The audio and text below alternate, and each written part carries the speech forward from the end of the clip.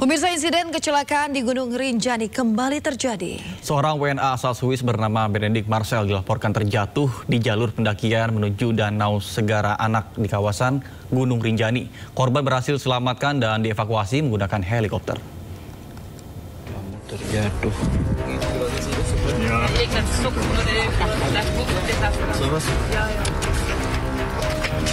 Dari sana.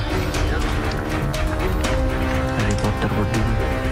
Inilah kondisi pendaki asal Swiss Benedict Marcel, 46 tahun setelah mendapat pertolongan pertama dari rekan-rekannya saat melakukan pendakian di Gunung Rinjani Rabu pagi. Korban dilaporkan terjatuh di jalur menuju Danau Segara Anak pada pukul 11.25 waktu Indonesia Tengah oleh porter dan guide korban. Meski dilaporkan selamat, namun korban dilaporkan mengalami patah di bagian tangan dan kaki.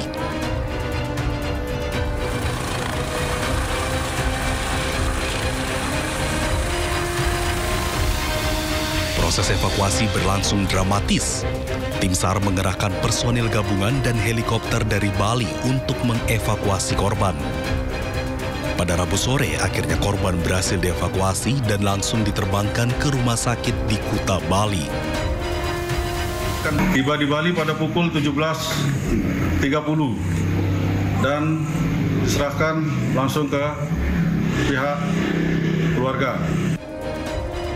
Korban dilaporkan mendaki melalui jalur Sembalun pada hari Selasa 15 Juli bersama anak dan rekannya dan dilaporkan terjatuh pada hari Rabu 16 Juli sekitar pukul 11.25 waktu Indonesia Tengah.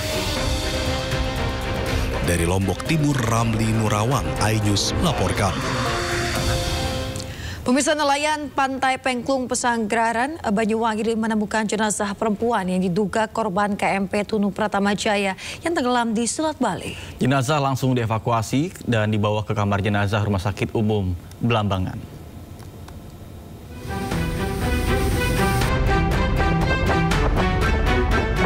Sesosok jenazah perempuan ditemukan nelayan di Pantai Pengklung, Pesanggerahan, Banyuwangi, Jawa Timur. Jenazah ditemukan di darat yang terhempas ombak laut saat pasang. Namun kondisi jenazah sudah tidak bisa dikenali karena faktor alam. Meski demikian, jenis kelamin diketahui perempuan dan hanya mengenakan bra berwarna pink. Petugas langsung mengevakuasi dan membawanya ke kamar jenazah Rumah Sakit Belambangan, Banyuwangi untuk dilakukan identifikasi. Hingga saat ini sebanyak 17 penumpang KM Tunu Pratama Jaya masih dalam pencarian. Sejauh ini sudah 18 penumpang ditemukan meninggal dunia dan 30 orang selamat. Dari Banyuwangi, Jawa Timur, Eris Utomo, iNews melaporkan. Pemirsa, petugas Dinas Perhubungan Kota Medan, Sumatera Utara menjadi korban penganiayaan oleh oknum juru parkir. Atas kejadian itu, personil Dinas Perhubungan mengalami luka di wajah dan perkaranya pun telah dilaporkan ke pihak polisian.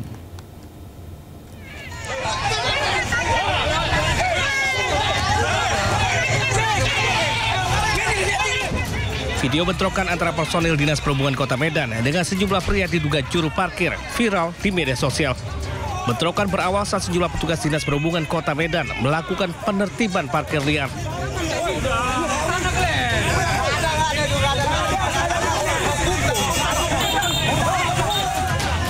Saat akan ditertibkan, kendaraan yang diduga menyalahi aturan, sejumlah pria diduga juru parkir berusaha menghadang petugas.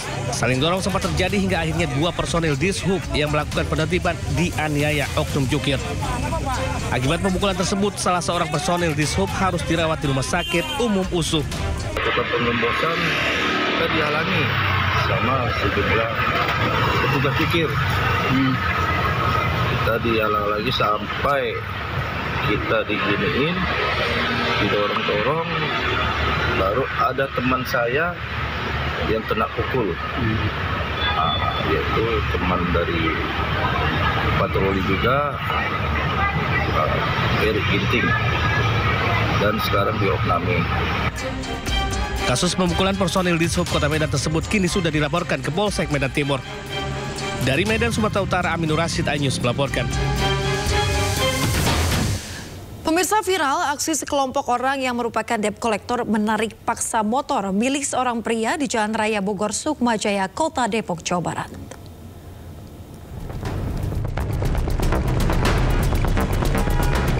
Terlihat dari video yang beredar di media sosial, ada 4 orang debt collector yang ribut dengan pemilik motor. Korban yang mengenakan helm dan tas warna biru berusaha merebut kunci motor dari tangan salah satu debt collector tersebut. Meski korban sempat berhasil merebut kembali motor miliknya, namun aksi rebutan motor masih terus berlanjut. Menurut seorang warga, Agus mengatakan debt collector yang berjumlah 4 orang itu sempat melakukan pemaksaan untuk membawa motor incarannya dengan cara merebut kunci motor.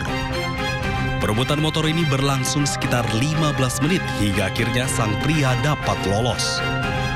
Masih terakhir dia ada pengendara Gojek lewat, dia nanya, kenapa nih bang, gitu kan.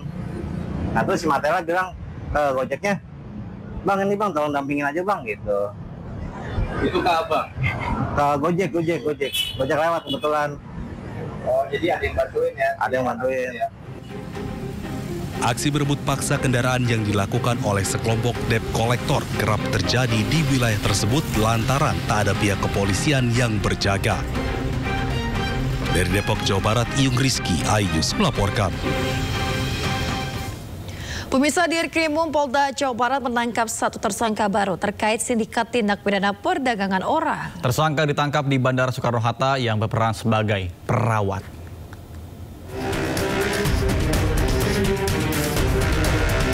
Kasus sindikat tindak pidana perdagangan orang yang dibongkar oleh Ditkrimum Polda Jawa Barat kembali mendapat titik terang. Usai mengembangkan kasus, polisi menangkap 1 lagi tersangka baru di Bandara Soekarno-Hatta, Tangerang, Banten. Tersangka baru yang ditangkap petugas kepolisian ini berinisial Y dan berperan sebagai perawat dari kawasan Singapura. Polisi juga mengungkapkan korban penjualan manusia berasal dari Kabupaten Bandung. Nah, tadi malam kita juga mendapatkan 4 tersangka lagi, baru pulang dari luar negeri, kita cekal dan diamankan di imigrasi Bandara Soekarno-Hatta. Kita ambil sekarang dalam pemeriksaan. Peran yang baru yang ditangkap itu apa perannya? Perannya dia sebagai penampung. Penampung di Singapura aja, Pak. Salah satu penampung di Jakarta. WNI berarti ya? WNI ya? WNI semuanya. Hingga saat ini, polisi mengamankan 13 pelaku penjualan bayi internasional. Polisi juga menitipkan ke-6 bayi korban TPPO di panti asuhan di Kota Bandung. Sebelumnya, saat penggerbekan, polisi menyelamatkan 6 balita, di mana 5 balita dari Pontianak, Kalimantan Barat, dan 1 balita dari wilayah Tangerang. Rencananya, ke-6 balita hendak dijual di Singapura. Kasus bermula saat polisi mendapatkan laporan terkait penculikan anak. Setelah dilakukan pengembangan, barulah polisi mengungkap kasus ini di mana masing-masing tersangka memiliki peran berbeda. Dari Kota Bandung, Jawa Barat, Yuan Pangestu, iNews melaporkan. Pemirsa, viral di media sosial sebuah video amatir menunjukkan belatung di menu makanan bergizi gratis untuk siswa di Kabupaten Tuban, Jawa Timur. Lebih miris lagi, temuan belatung ini terjadi di 2 sekolah sekaligus.